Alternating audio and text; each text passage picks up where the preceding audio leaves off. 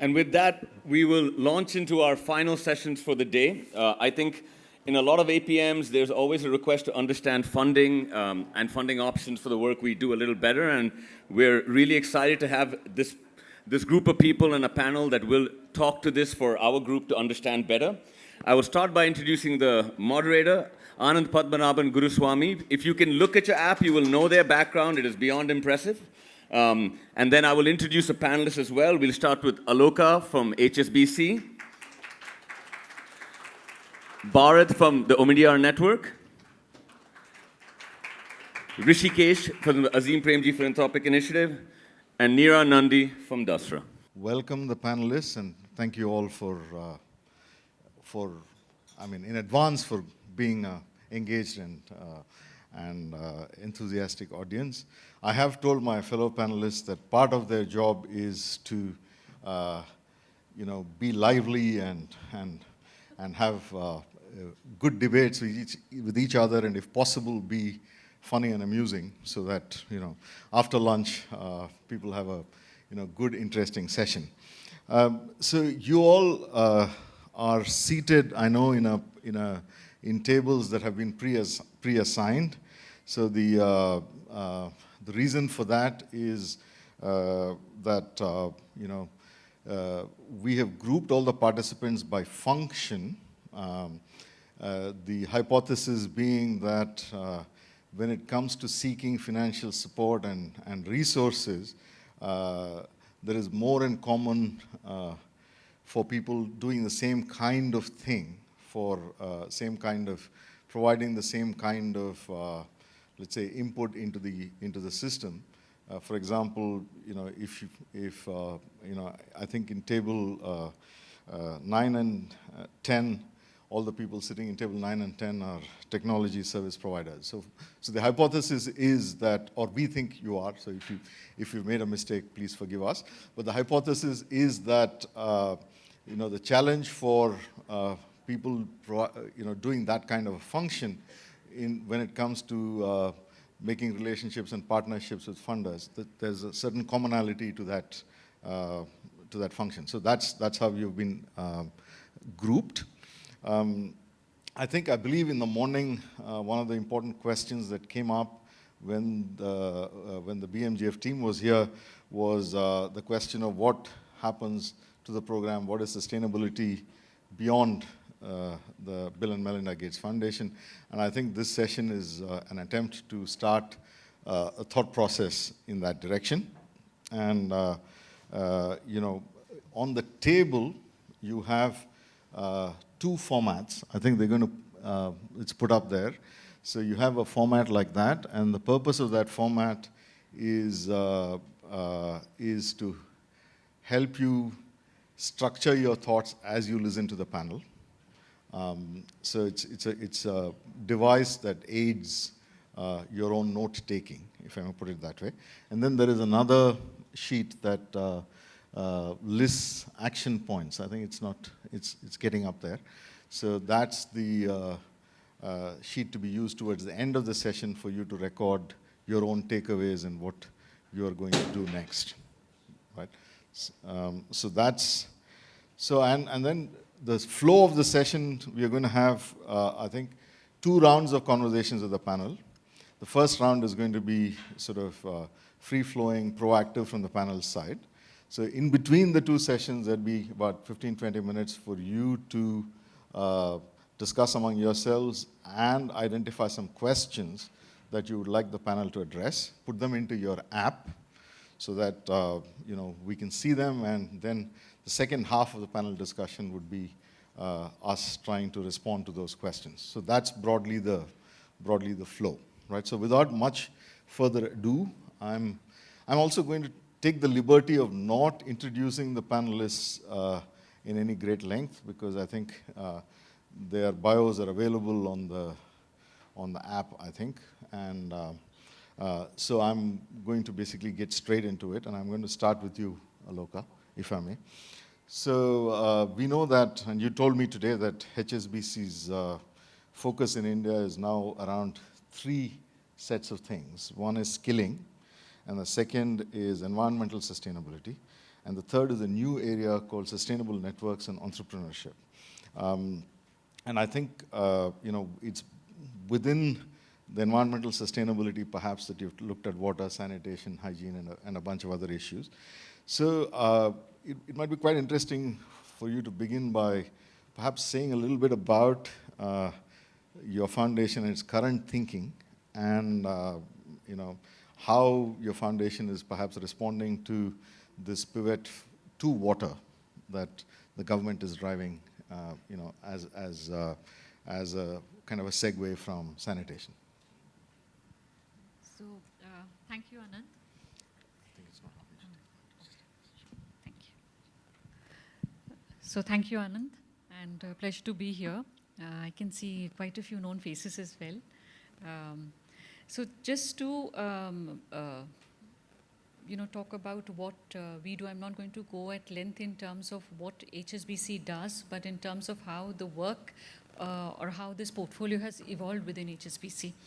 Now, for water for HSBC is a very old area of focus. It's not new. It's way back in 2010 that HSBC started working in the area of water.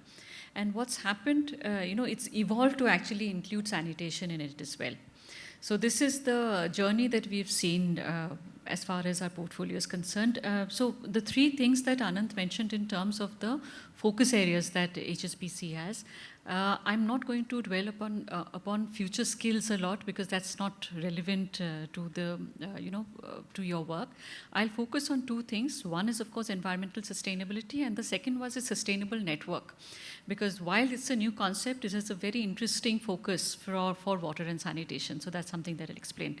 As far as environmental sustainability is concerned, we used to look at water in a very integrated fashion. So when we say integrated, from conservation to quality to access, and then of course the very fourth leg, which was very important as far as India is concerned, that is sanitation, and that's something the entire portfolio has evolved.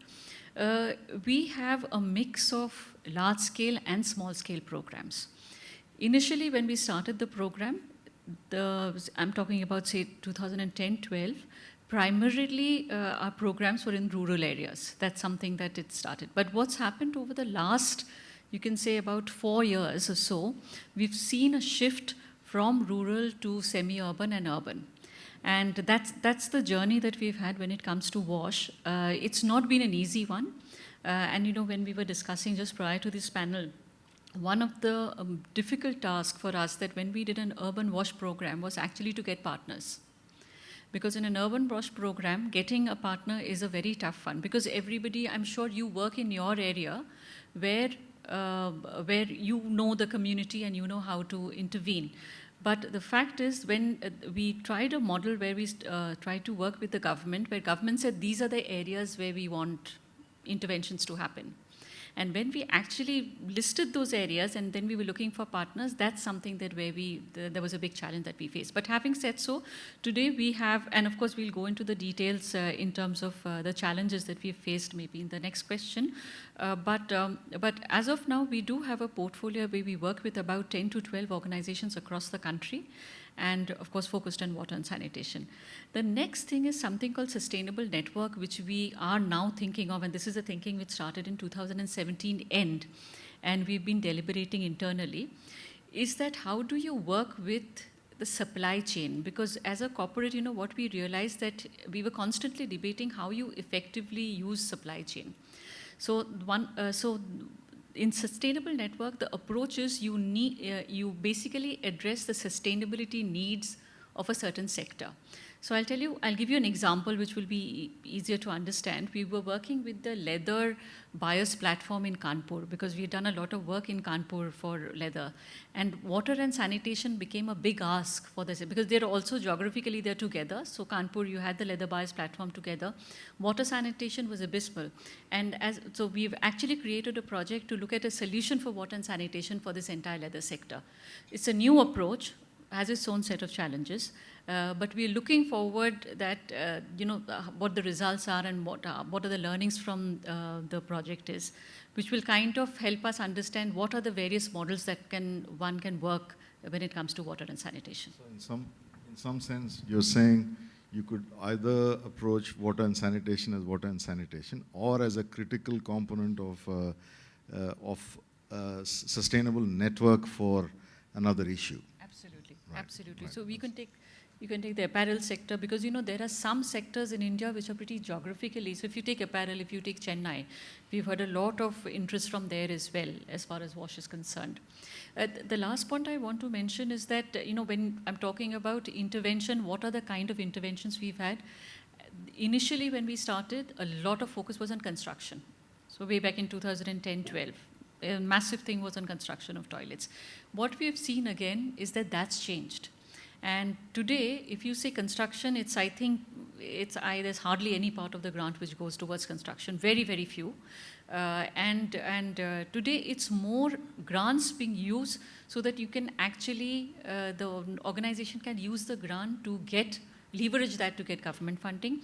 Huge focus on behavior change, and we've realized that grant programs are required for behavior change. So this is something I know is a very difficult thing, because to measure outcome is a very difficult task as well.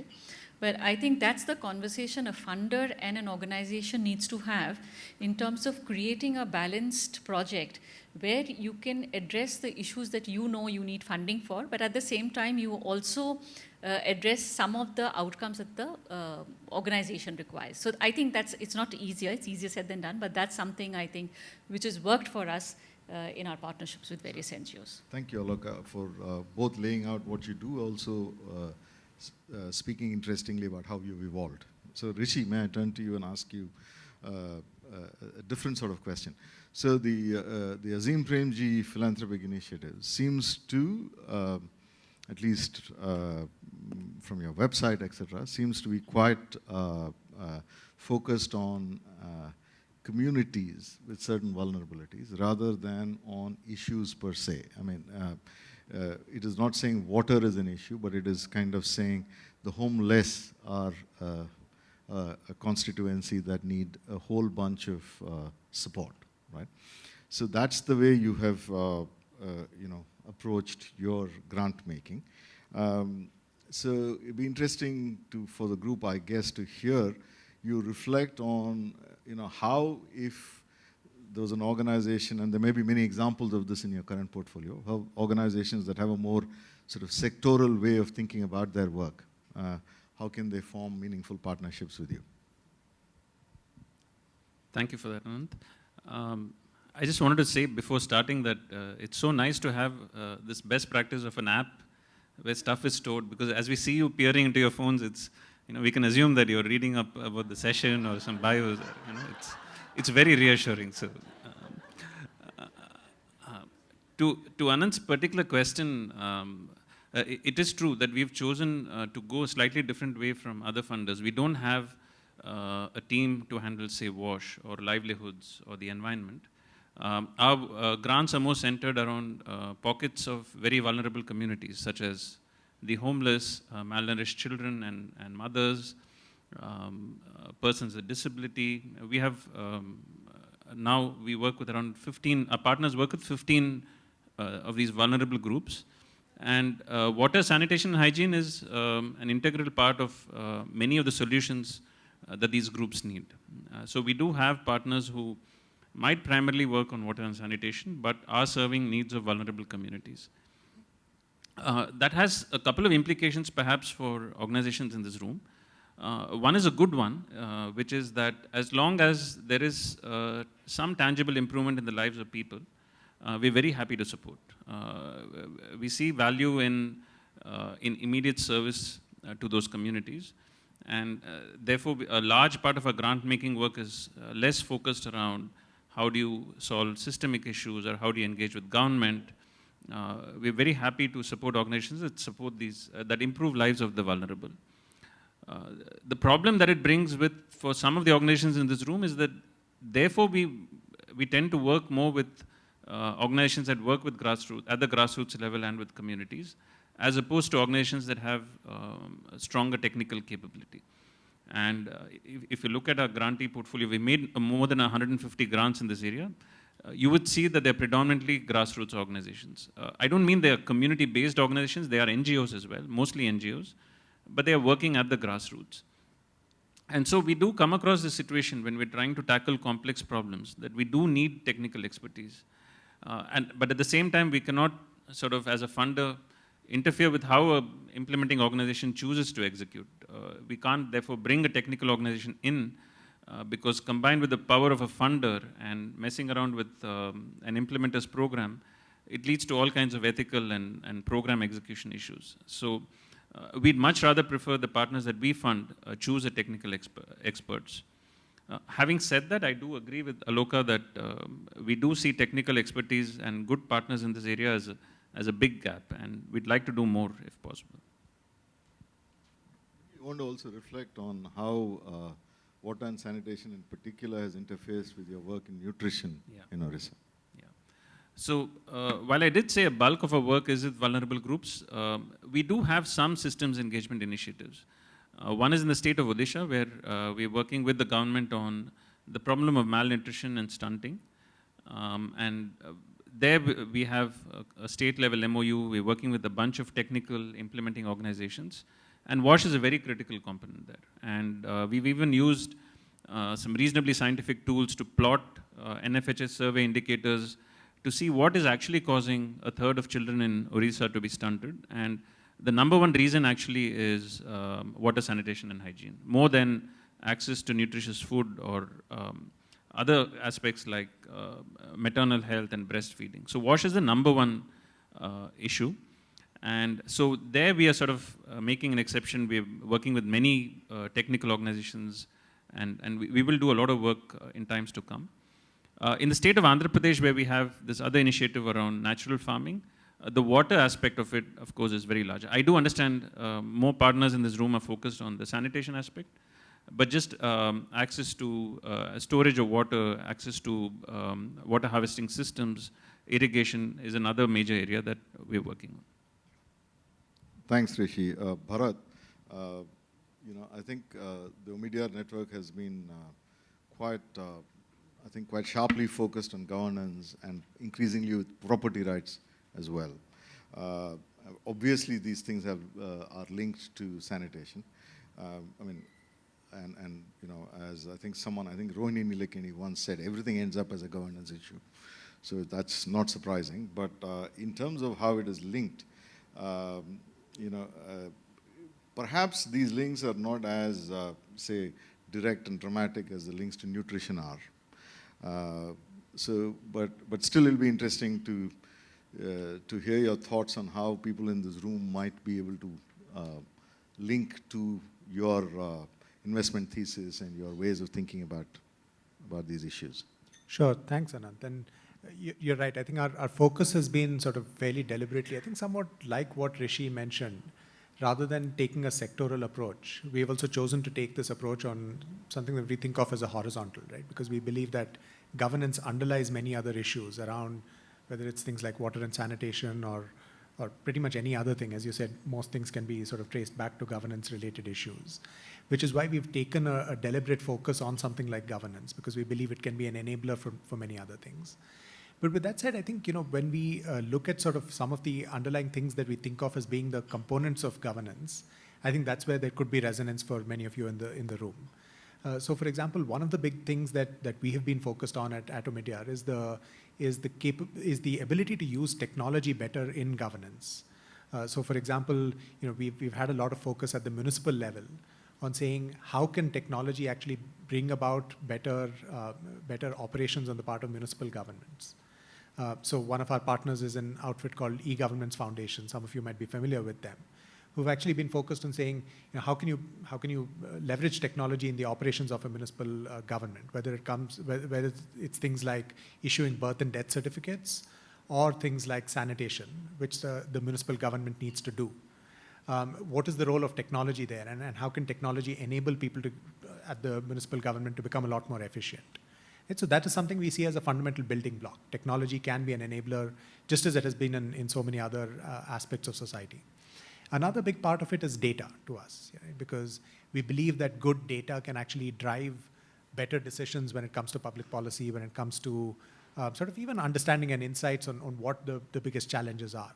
And many of you, I'm sure, will be doing work that leads to better quality data being provided at the ground, right? In whatever localities you work in.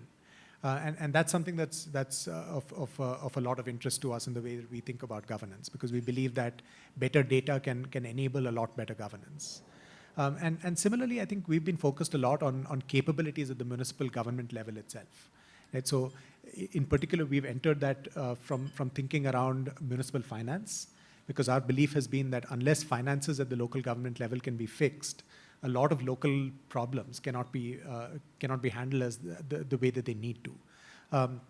So we did a little bit of thinking a couple of years back where we said, when we think of a lot of the urban issues, for example, that we are facing, a lot of it can be traced back to not having the amount of capital available to invest in relation to what needs to be invested. Right? And when you think of some of the root causes that underlie that, a lot of it comes back to the state of finances of municipal governments themselves. As many of you in the room will know, from all of the work that you do, most municipalities are very, very heavily dependent on grants that they get either from the central or the state governments. And it means that their own ability to raise resources is very, very poor. And unless something like that can be fixed, we believe that it's going to be it's going to mean a very constrained capability for the local government to actually invest in areas like water and sanitation. So for example, even if someone gives you the capex to build a sewage treatment plant, where does the annual operating and maintenance expenditure come from if your finances are extremely strained? And if you don't know where sort of the next grant from the center is going to come from. So those are the kinds of issues that we have been focused on when you sort of unpack what governance means to us. It means the ability to use technology, the ability to create data that provides insights into what local problems are, and actually the ability to sort of improve local governance at the municipality level. And I'm sure that the work of the work that many of you do will intersect with areas like this. So I think that's the way sort of you would approach a conversation with a funder like us that's focused on governance, is to sort of unpack your work into some of these areas and sort of broach the conversation through one of those. Bharath, I'll take the liberty asking you a second question, because I think you're the you represent the only funder here, at least on this table, that also does investing. So, and I can imagine agriculture, livelihoods, education as being, probably more fertile ground for investment. But, if you think about water and sanitation and investment, are there any thoughts that? Yeah, absolutely, Ananth. It's a great question that you ask. In fact, I think over the last couple of years now, I don't think we had done too much of thinking in this space before that. But globally, there's an area of work that we do that we call civic tech, which is essentially focused on saying, how can you get entrepreneurs a lot more interested and excited about solving civic problems? It's something we've started thinking a little bit more systematically about in India over the last couple of years. And so it's still very nascent, because I think the sector itself is quite nascent yet. But I think increasingly we are seeing that for civic issues, including things like water and sanitation, sewerage, air pollution, a lot of these things, there are entrepreneurs who are interested in solving problems around these. And we are starting to see interesting models at least start to emerge. Again, it's very, very early days. We haven't actually made investments yet in this space. But a lot of interesting entrepreneurs who are doing work in this space. I mean, just to cite a couple of examples to give you a sense of the kinds of things that we find interesting.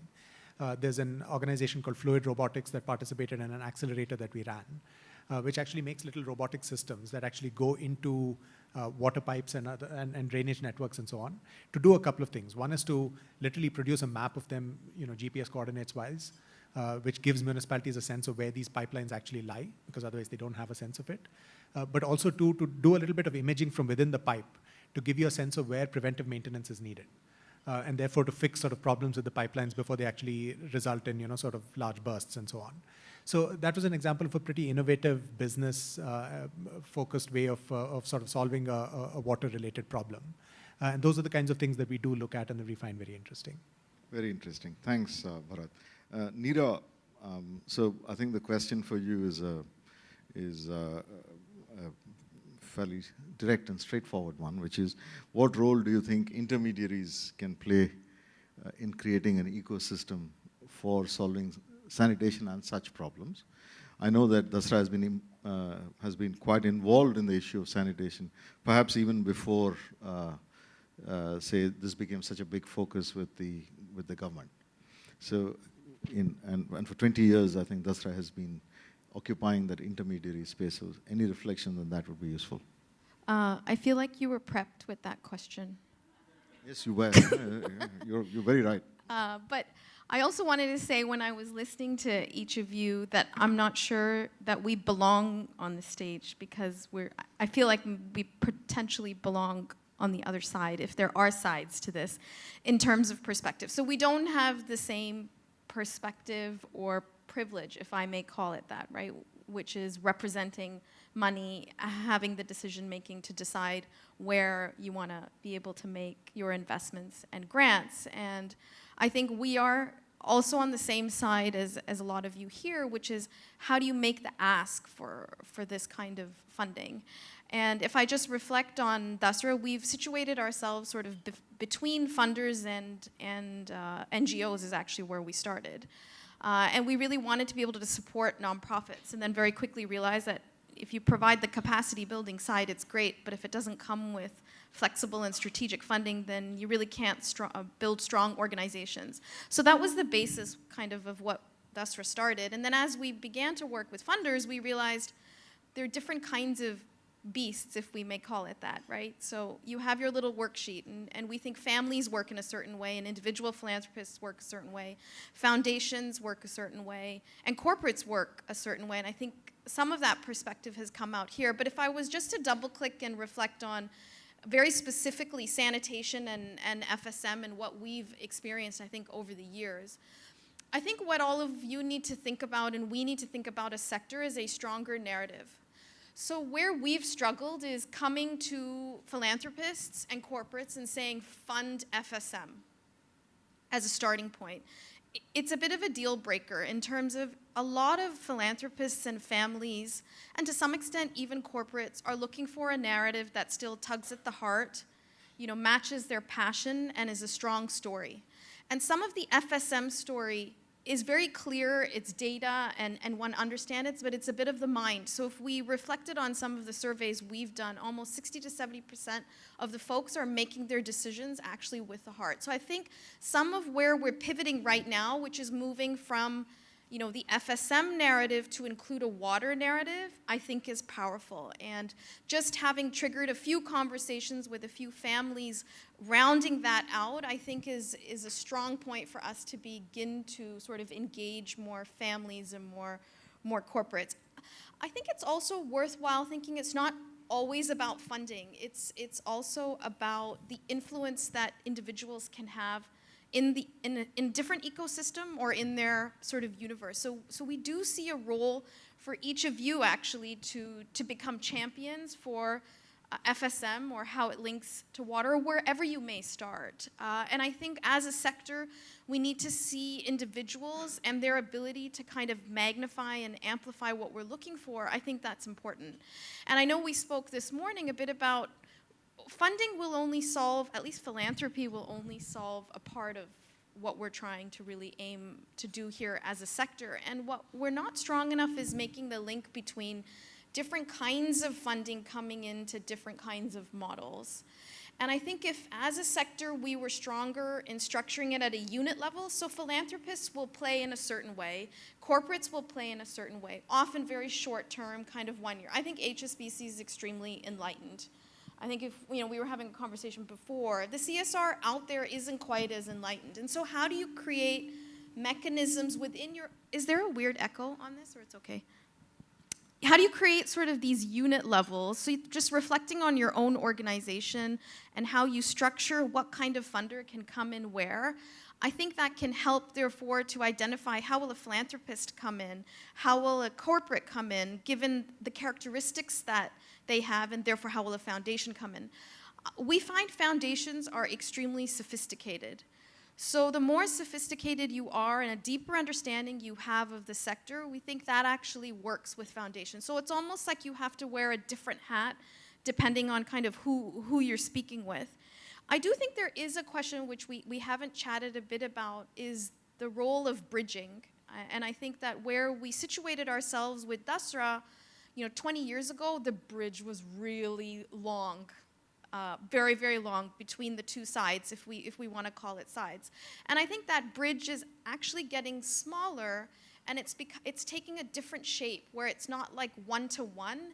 It's kind of like one entire area to another area. So more platform connecting, really pushing for collaboration and engaging on bringing different kinds of funders to the table is really where we're seeing our role begin to change kind of as an intermediary. But I still see the role of a bridging mechanism. That being said, I think it is still very difficult to fundraise for an organization like Dasra. I think it is easier to fundraise if you have that narrative linking all the way to kind of impact and outcomes. And I think the last piece I wanted to leave us to think about is that families and corporates still want to fund close to where they are. And so thinking about the cities they're in, the villages that they're in, and therefore what's the mechanism or construct with which we can engage, particularly on FSM, we're actually trying to experiment with looking at Dehradun as a particular city and area. And as you think about the city level, there's a role for government, there's a role for foundations to come in, for corporates, and for individuals. And how do you kind of create that group of each of you to come into a city level?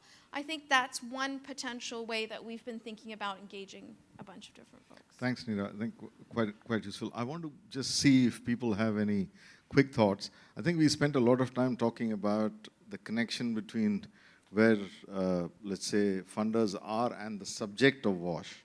I think the point you made, Neera, about there being a narrative, there might be other reasons or other, let's say, gaps that need to be bridged. Not just the thematic gap between I'm interested in governance and you're a water organization, but there might be other gaps that need to be bridged. If you have any thoughts on narrative is an example of that. If you have any other thoughts on that, it'd be great. I had one which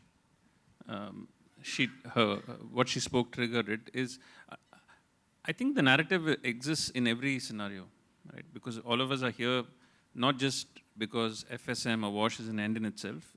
All of us have committed our time and effort to improve people's lives. So I think we have to find narratives in every scenario. One example could be just manual scavenging, which is one of our vulnerable groups, which we've recently added. And if you look at the number of deaths due to manual scavenging, it's perhaps more than the deaths at the border. The narrative is quite clear. And then it becomes a very direct, compelling story, right? And then as manual scavenging moves away and city sanitation workers are exposed to incredible health hazards. And so the story just continues, even if people do take this view that the practice is going down and there are fewer people and so on. So that is one example, but I think the kind of narratives she spoke about are in almost every situation. Thanks, Rishi. Okay, you can hear me, right? Yeah. So, you know, to Neera's point, now when you're talking to funders, I'm just one of the funders, so I'll try and see that, you know, if I can cover other funders as well and their perspectives. You are going to have various kinds of funders. Now, since funding is important, you will have to work around a way so that you can get maximum funding. So that's the challenge that not-for-profits have. I think, but some of the things, because we are also in a country where we now have a law which basically mandates companies to spend, it's important, therefore, for any organization to see that how you tap that funding. I'm not saying it's going to be easy. So I'll tell you a challenge, which is our challenge and will be your challenge as well. A lot of corporates, you see, changing strategies, changing focus areas. So I'm sure you often say that, you know, this year there is a focus on sanitation and then next year they'll come and say, no, we moved to something else. So this is some... Does it? Yes. I was joking. It takes a year, does it? Sometimes. Literally. So that's one, you have to understand that I think it's therefore critical, both from a funder's perspective as well as from the NGO's perspective, to be in a constant touch to see that how we address that challenge. The second is, I think we've often seen that we have seen trends where one organization is very dependent on one funder. And, you know, coming from a bank, I think risk is something which comes to us that's like upmost as far as a bank is concerned or a financial institution is concerned, and it's true of any organization.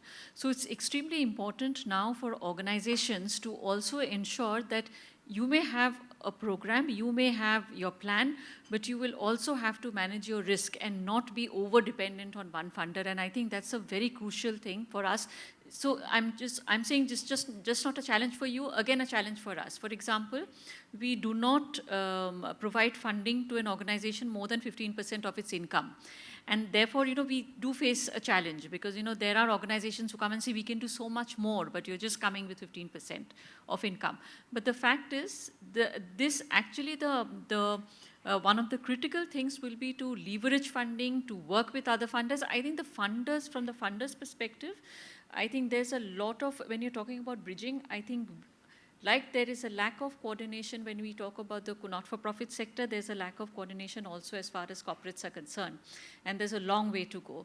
I think I know of our partners here who are sitting here, we may have 5 corporates funding them, but it's all ad hoc. And how you kind of bridge that. So I think the organization will also have to play a role to get your funders together so that, because there's a constant challenge for you to raise funds year on year. So therefore, to get the funders together and because you will be able to gauge who's speaking the same language. We won't, because we're still not speaking with each other. So I think there is an opportunity there to also, from the organization's part, to bring in that skill to say that, I'll try and get some, like here BMGF has got all of you together, but I think there is an opportunity for a partner to come and say, I'm going to get 3 of my funders together to have a conversation. I think that's going to help a lot in terms of what we call at least sustaining your fundraising strategy to some extent. Thanks, Aloka. Bharath? So maybe a lot of great points have already been made, but maybe a couple that I'd add to this would be, one is this issue of scale, and how does a funder think about scale in relation to the operations of an investee or a partner organization. Certainly for us at Omidyar Network, I think we tend to think about this issue of scale quite a bit. So sort of trying to think of the impact at scale that each of our partner organizations can have. And in some ways that can sort of almost militate against partnering with relatively small or local organizations, right? And that of course has its pros and cons, but there are funders that are very happy to partner with those types of organizations versus other funders like us that tend to gravitate towards scale a lot more. So I think understanding that is always helpful for you as you approach a conversation with a partner. So I think that's one element. Another is about this question of sort of what is the funder's outlook towards thinking of their capital as risk capital versus almost operational or maintenance type capital. And often if you're looking to do something truly innovative and doing something that's fairly cutting edge, it's easier to partner with somebody who's looking at their capital as being about risk and about innovation and so on. So a couple of other sort of dimensions I think for you to think about. Thanks. I think that was quite a rich and diverse set of views. Thank you very much. So now another opportunity to look into your phones and into the app. So what we now would like each participant and also each table to do is, within your groups, discuss what you heard and come up with some questions that you would like the panelists to answer, right?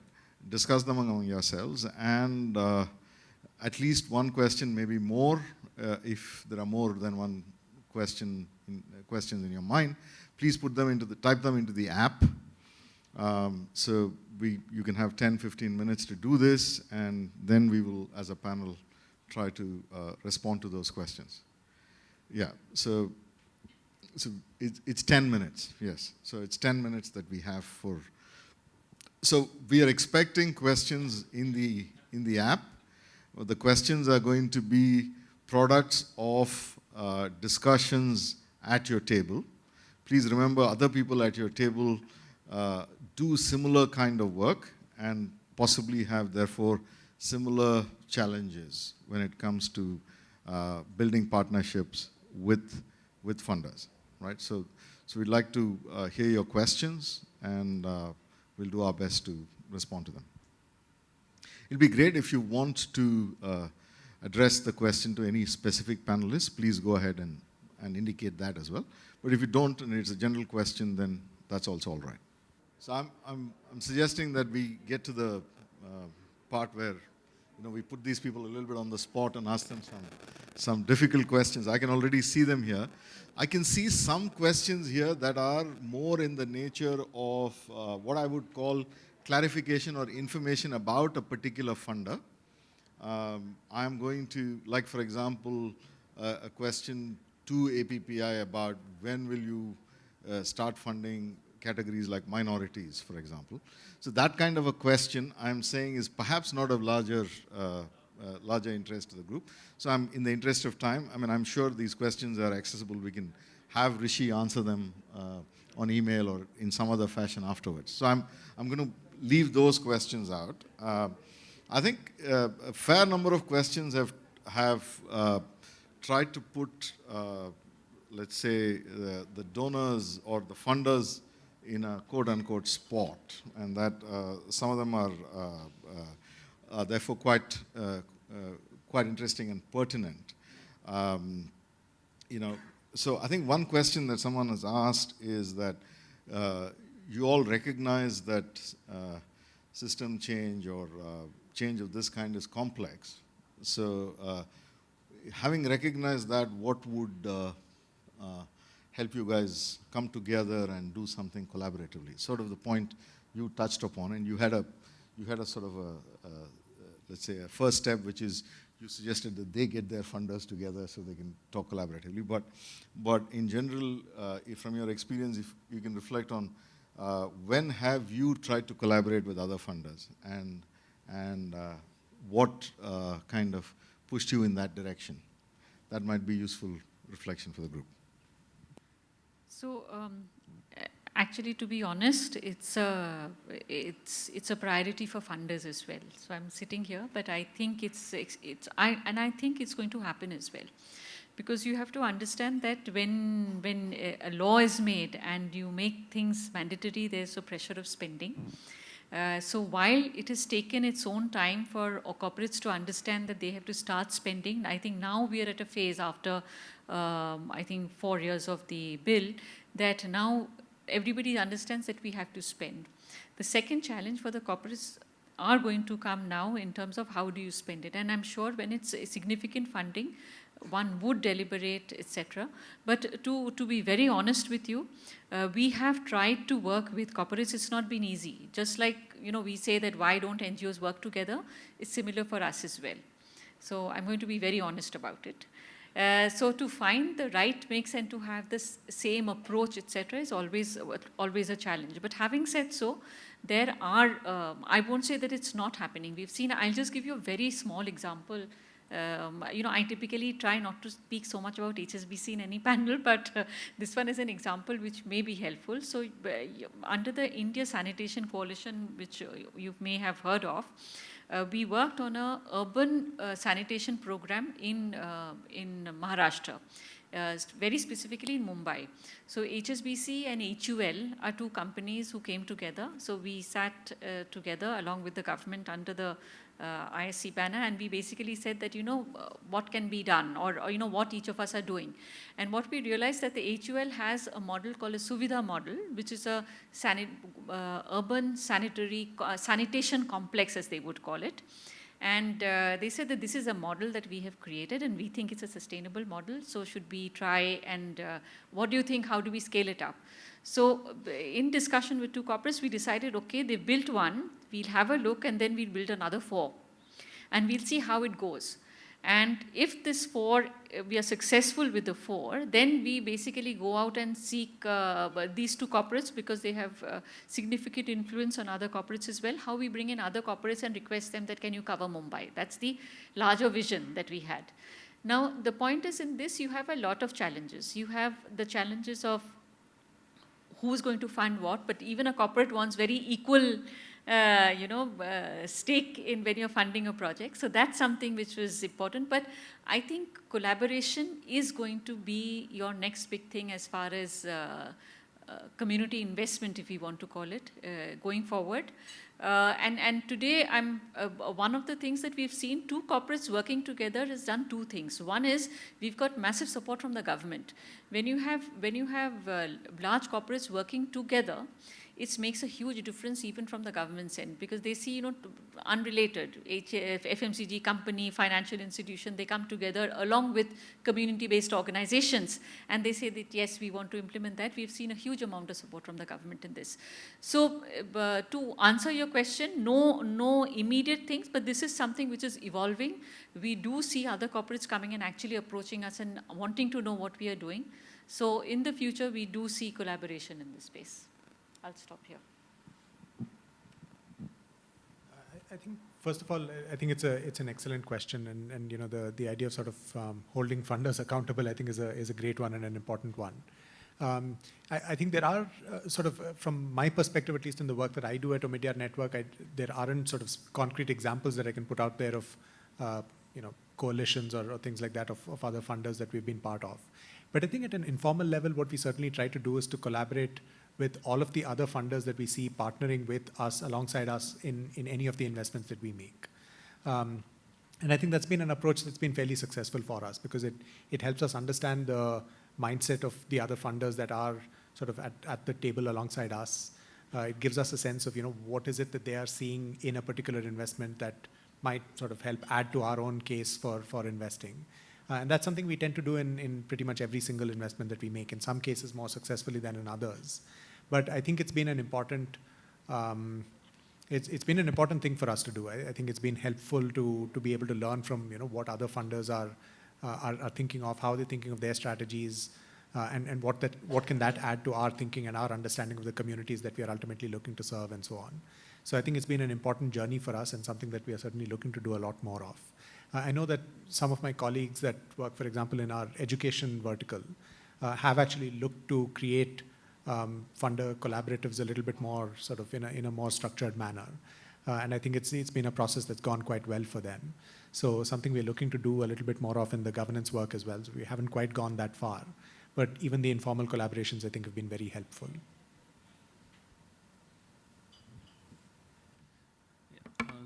Speaking for ourselves, we're a fairly young philanthropy, 4 to 5 years old. I think on collaborative efforts between funders, our experience, it's a bit like Calvin, right? First you have to set the bar really low and try to hop over it. And it seems to us the secret of success is to keep expectations at the rock bottom. We don't do enough even of that, right? So a little bit of what we're trying to do, it might sound really basic, is talk to good funders we know that tell us about good organizations, right? And it's surprising in this space, unlike a list of companies in different sectors, many people do not know excellent organizations doing very good work. It looks like our own partners don't know each other that well as well, despite forming networks and so on. So one thing we're doing is just we've seen patterns of very thoughtful, very committed funders. We go and ask them, tell us good partners. We found a lot that way. The second thing that we're trying to do is where we trust another funder's due diligence of a partner's systems, finances. We're starting to see, hey, can we do away with the whole 9 yards of complex due diligences that if A or B funder recommends, we'd of course build a program with the partner, but can we make it lighter and easier for the partner to get a grant from us? So that's a second sort of thing that we're trying to do. But on the more complex system of getting funders together and then putting a joint program together, I must say we're a bit cautious of that. And the only reason for that is, as funders, we lack technical expertise. We're just managers of well-meaning families' money, and we are not experts on WASH or FSM or agrarian distress or the homeless. And one of our biggest challenges is to avoid getting in the way of the partner's work or trying to, with good intentions, begin to engineer how a partner designs their programs. And so we're very, very cautious of that. And when more than one person gets together, it's something where the caution must be amplified, because there are many voices in the room. And so it becomes quite a sticky situation. And therefore, it's something that we have to be a little careful about. You have a lot of experience in in pulling collaborators together, I think. So it'd be good to hear your reflections on that. Yeah, and I mean, I think an easy way for this is just like I was saying before, which is someone needs to create mechanisms and pool these funds. And we've done something around adolescence, which is a vehicle that different kinds of funders can come in. But I think what is worth mentioning is you may think funders don't collaborate, but they talk a lot behind the doors. And there's this whole like Sounds really ominous, doesn't it? It is. It's really Talk sneaky. behind the doors, yes. Behind the doors, and they follow each other. So it's like if you're funded by one funder, then another funder's there and another funder will come. So you need to find that one funder for which all of a sudden you begin to build some momentum.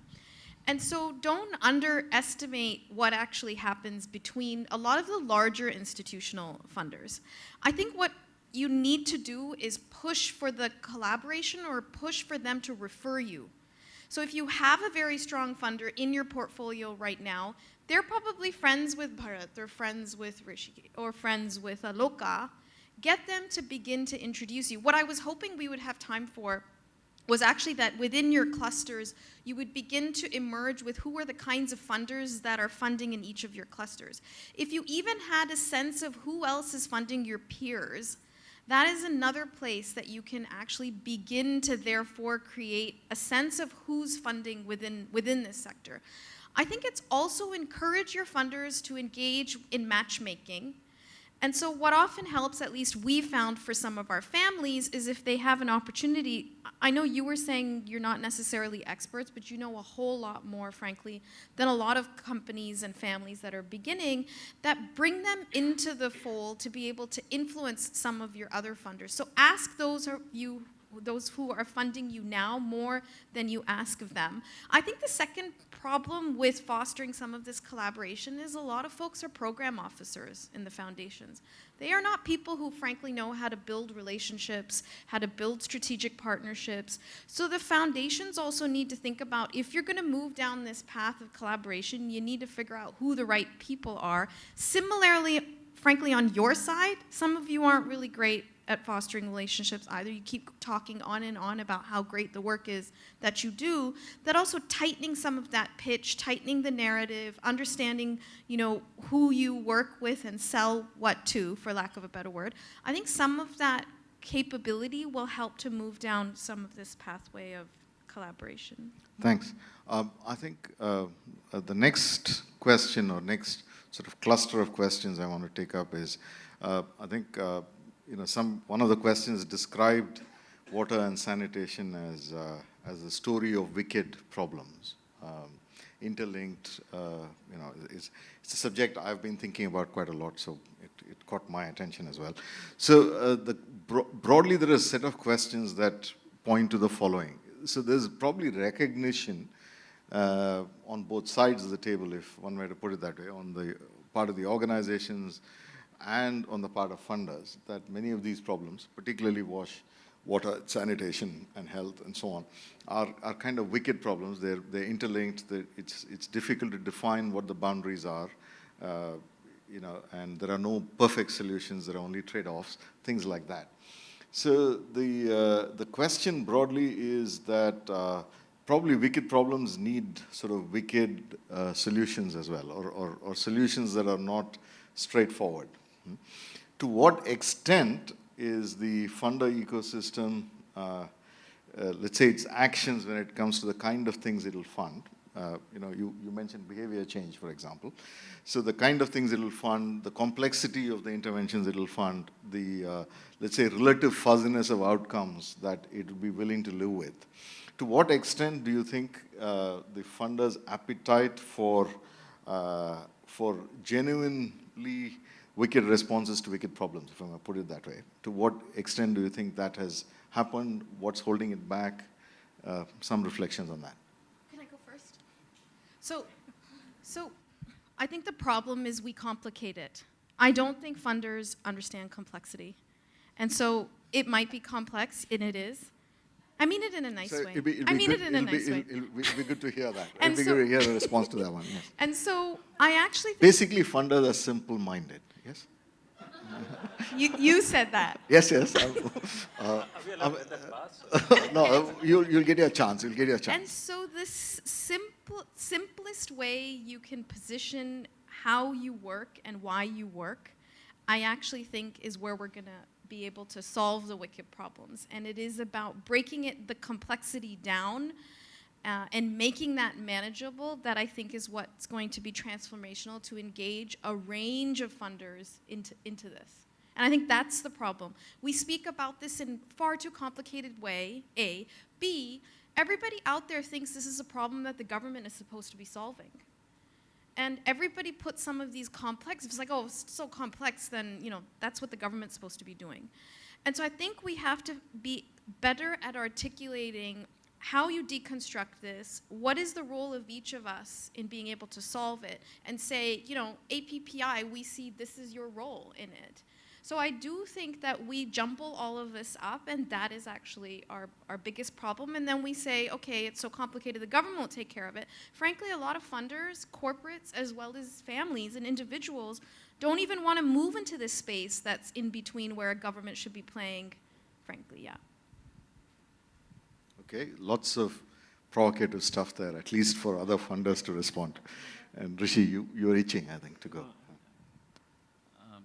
I just wanted to say that simplicity is good, right? A lot of these families have made enormous amounts of money by thinking very simply about their businesses, right? And it is good to think simply about social problems. Honestly, one of the biggest challenges is, I think, the sector as a whole has an inadequate appreciation of risks. And therefore, projects are not presented in the context of the amount of risk. All the log frames are perfectly designed as if we work in a very linear world, and it just doesn't work that way. And just to put the shoe in the right foot, if I may put it, log frames have been driven by funders. Yeah. I mean, no NGO ever. So yes, now you can't turn back and say your log frames are. Sure.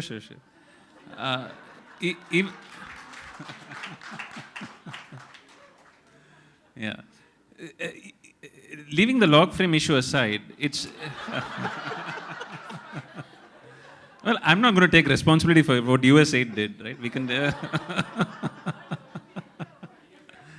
But essentially, if you were a non-profit pitching for a project and you were to say, this has the potential for incredible impact, but we think there's, it's really worth it, but we think there's a 10% probability that it'll actually work, and the government person who's sponsoring this won't get transferred in the next year, and everything will align. It's very unlikely that any funder, log frame or no, is going to sign up for that. Whereas we've observed that in the private equity and investment businesses, because the feedback loops are so direct, you can afford to invest in 10 companies and have 9 of them fail, because the one successful investment is going to make your money back.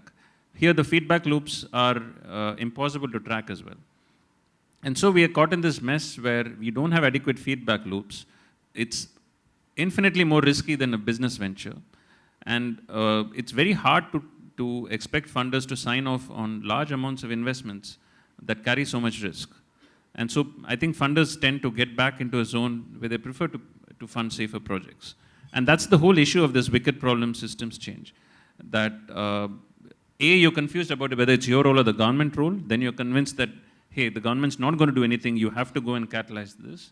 Then you're confronted with an enormous amount of risk, and you really have to mature as a funder over a period of time to be able to take that risk and to be able to say that the results are worth it, and that you will live with the lack of good feedback loops. That's a very hard journey for a funder to make. Sure, happy to. So I think this point about simplicity versus complexity in my mind goes back to Neera's earlier point around storytelling and the narrative, right? Because I think that ultimately if you don't have a simple enough narrative that people can wrap their heads around, then it's just very hard to make your case. And so I go back to that, and I completely buy Rishi's point about simplicity, because I think that simplicity sells. Throw in a couple of phrases. Simple versus simplistic. It may be simple, but are we very often backing simplistic rather than, I'm just wanting to offer that as a matter of... No, completely agree. It wasn't Einstein who said everything should be made as simple as possible, but no simpler. Right? So I think, but yeah, I mean, I think the point about thinking about your narrative, practicing it on a few people, making sure that you hone it to the point where it isn't simplistic, but it is getting your point across as succinctly as possible is an important one, and that's a skill. You know, when we look at our portfolio of partner companies and we look at the people who are most successful at fundraising, they're extremely good storytellers. They're able to bring across the point of what they're doing in a way that is evocative, it connects with people, and that's a skill, you know, which I think people can get better at it with practicing it. It's something that is easy for people to ignore, and you might think that, oh, it's not my strong suit, or it's not something I need to be good at, but the truth is it probably is. And so that's something I think that is important. So I think that's one point about this. But I also do think that, you know, there is probably a need for a little bit more celebration of bold bets that people have taken. I'm reminded of this piece of work that Bridgespan has done where, you know, they talked about bold bets that funders have taken and they sort of celebrated some of those ideas.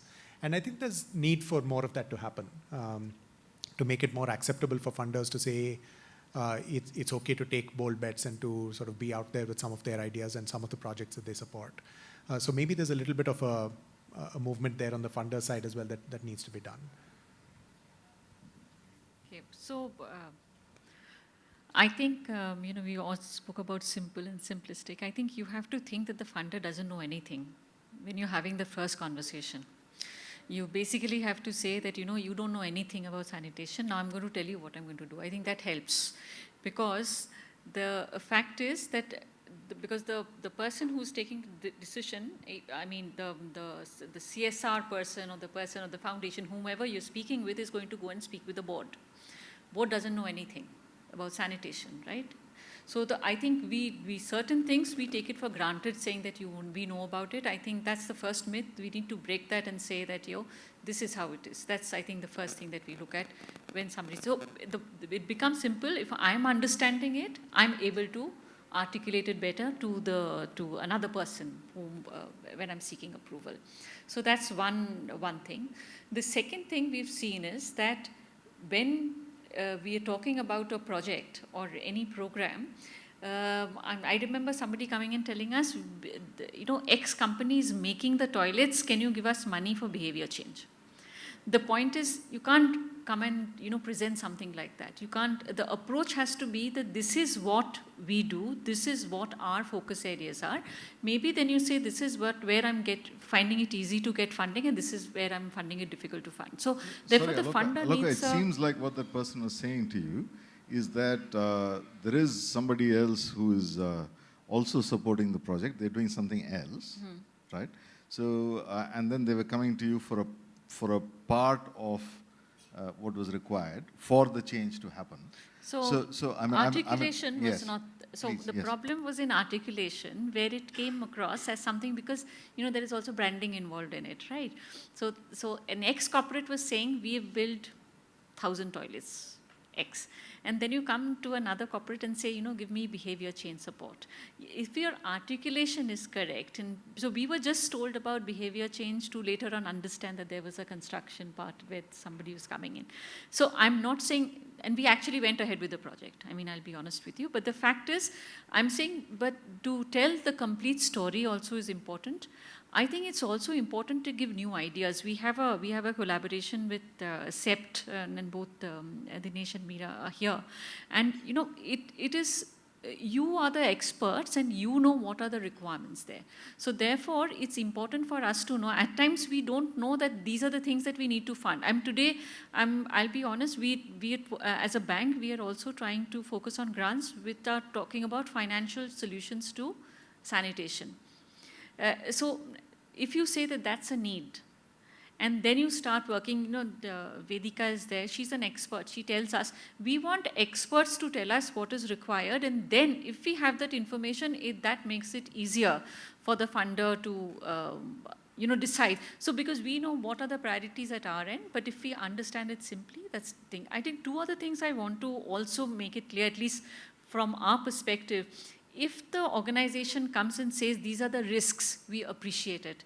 So we actually now have incorporated something called risk of failure in our grant proposal.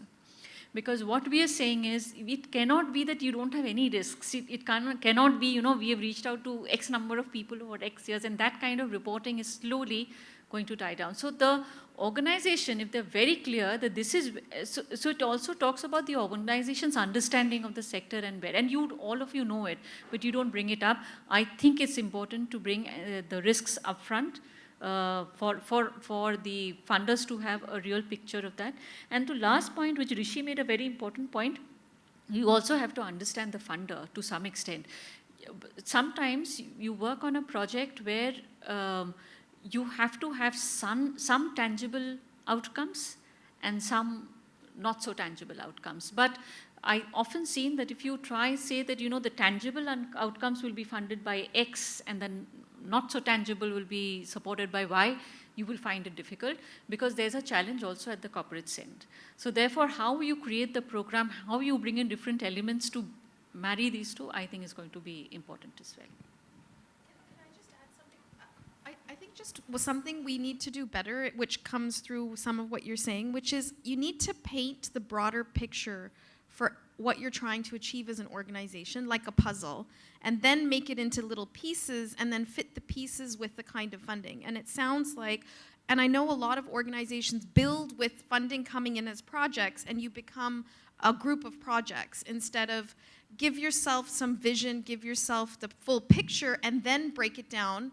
And the way that it gets pitched to the funder needs to be the leverage story, right? Which is you are a puzzle in this larger picture, and make them frankly feel that they're part of all the outcomes that are coming out from that full picture. Thanks, Bharath. Before you add, what you said, Neera, connected to a question, so I might as well throw that in. This project-based funding becoming a set of projects rather than an institution with its own sort of sense of what it does, and among the things that it does, it's a certain number of projects, right? So in some sense, like say funders also have a responsibility to support the ability of an institution to have an integrated view of itself and invest in its own capacities, right? And that perhaps is also linked to the ability to tackle wicked problems, because wicked problems require longevity, persistence, and so on, right? So if there are any thoughts on how you support institutions, how can somebody approach you for institution level funding, it'd be great if you can add that into the mix as well, Bharath, and the others. Sure. I mean, for us, I think it's fairly straightforward actually for us, which is that we do believe that institution building is extremely important. Most often we try to support our partner organizations with core grants and not with project grants. That's not to say that we don't do project grants. I think we do them. But they are generally the exception for us and not the rule. But unfortunately, I do also realize that not all funders do that. And that can be a challenge. So we completely get that. But I think that, making that case to funders and talking about the fact that, overheads are not wasteful, and that you need to sort of, as a funder, pay what it takes. That's a piece of work I know that Amit Chandra, for example, has been supporting recently. In partnership with Bridgespan, they've been doing this piece of work that they call Pay What It Takes. And I think that's an important movement on the funder side as well, to actually recognize that, not every overhead is bad, as I said earlier. So yeah, I think there's a lot of behavior change there on the funder side that is needed. But certainly for us as a funder, we are very happy to do core funding, and that's an important part of the value that we see ourselves bringing. So this is one area where we've made a few grants in two organizations working with adolescent girls, and to some organizations working around the issue of railway children. We've had some interesting learnings and experience out of it. And of course, in our regular project grants, we are unstinting in terms of support of that share of the overhead to the organization. So if we support a third of the organization, we generally gladly support a third of whatever is their actual overhead costs. That's not a problem. But in terms of actually funding organizations to improve capability, to improve fundraising, to develop systems, build HR, these were the first set of grants that we made. A few learnings that we had out of that. One is it's very different funding a founder stroke entrepreneur, and very different funding a board-run, well-managed larger institution. The two need to be looked at very differently, placing a bet on an individual. And I don't mean one is better than the other. It just requires very different management. Right? That's one big learning. Because there are, actual reality plays out in different ways depending on what it is. Board-run organizations can certainly have board-driven difference in direction. Things could change. Multinational organizations might suddenly replace the person that you're working with. And so there's a whole lot of complexity that goes with that. The second thing that we've realized is that there's nothing quite like working with an organization for 3, 4, 5 years to get to know them. Not even the most comprehensive, 87, we famously call it 87-page due diligence questionnaire will suffice a few years of partnership. So I think there's no substitute for that. So again, we're a pretty young philanthropy. We're looking to do this with partners that we understand very well and where the trust levels are really high. And then perhaps we go and make the next sort of round of investments there. In our portfolio, we currently have about, directly we work with about 62 NGOs across the country. We have a pretty large portfolio. And of that, we have 7 NGOs who have been in partnership with us for more than 10 years and is still continuing. So I'm sure they've demonstrated certain things which has helped us in terms of working with them for such a long period. So that's something, I think that's a big thing. As far as building capacity of the organizations are concerned, I don't think we are still integrating it with any project. We do support it as a separate thing in terms of bringing our partners together and building their capacity. But having said so, I think this is one big area that will again be evolving and will come up in a big way. And organizations like Omidyar are playing a very important role in this as well. I think one of the things I want to point out is that some of our partners, the 7 that I mentioned about, particularly 3 of them have done a wonderful job in understanding how to build their capacity.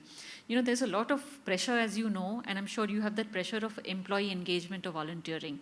And I understand how difficult it is. It's not always as easy to do engage volunteers from an organization.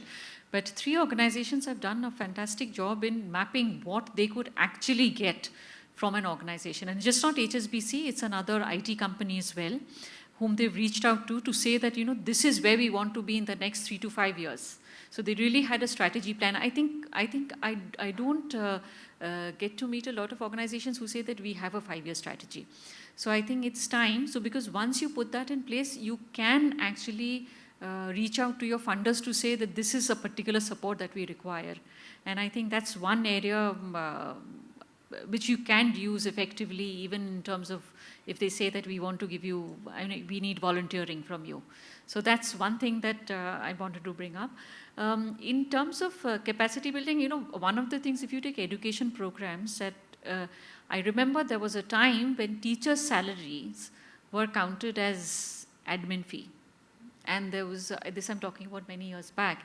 And it's over the years, what has happened is today teacher salary is part of the project. It's not admin fee. So I think, again, that input has come from the partners. Very generous of funders to have made that shift. So today it is actually, because if you tell someone how much of books and things you can buy, and it is actually, and you tell them that your kids go to the best schools because you have best teachers. So therefore today I think that perception is changing, definitely for sure. We have seen quite a few funders where the perception has changed, and that's something perhaps, so there has to be capacity building both from the NGO's part and capacity building at our part as well, which Rishi mentioned. So I'm going to, we're running out of time. Just one quick question, and it'd be great if you can have pithy answers to this one. And it's a sort of a plain vanilla, back to the basics kind of question. What really do you look for when you fund an organization? Right? What really do you look for when you trying to fund an organization? So if we can have a crisp kind of pithy answer to that one, might be useful. Sure. I think, a few quick things that we look at. First of all, we certainly want to understand the founder, the senior management team, just what is their vision, what is it that they are really trying to do, and how closely does that align with our own strategies. I think at the highest level, that is really what we are looking for. Of course, there are a few things beneath that, things like, how innovative, interesting is the plan? As I was saying earlier, how much does it scale? So those would be a few of the details. But at the highest level, I think just understanding the founder, their values, and how closely those match with ours.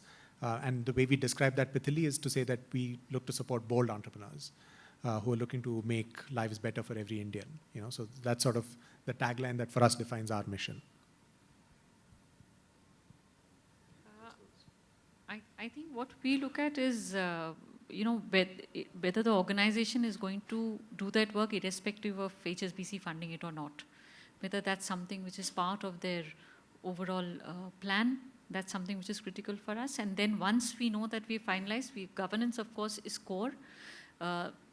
After the governance structure, we, of course, look at the implementation capacity of the organization.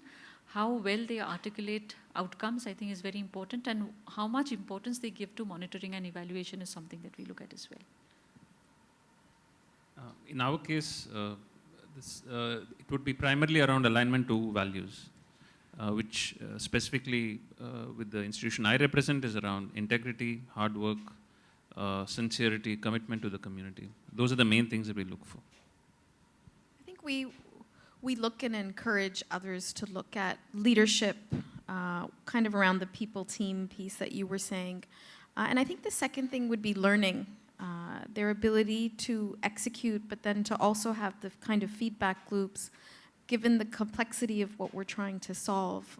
Being able to learn and constantly change with the force and imagination of the right leadership, I think, is what we look for.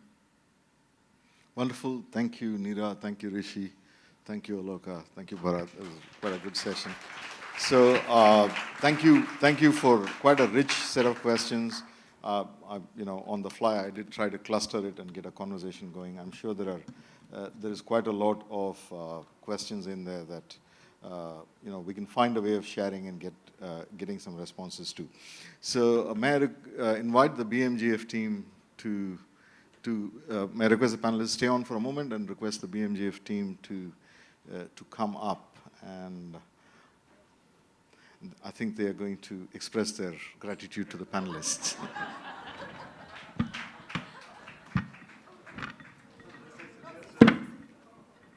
Hello again, and hi, I'm David Parker. This is Graham Sneed. We're from the Seattle headquarters of the Gates Foundation. We just want to thank you all for participating on the panel today. This was really fascinating for me personally, and I think for the audience. And we have some tokens of appreciation for you. Can we spoil it, what it is? Yes.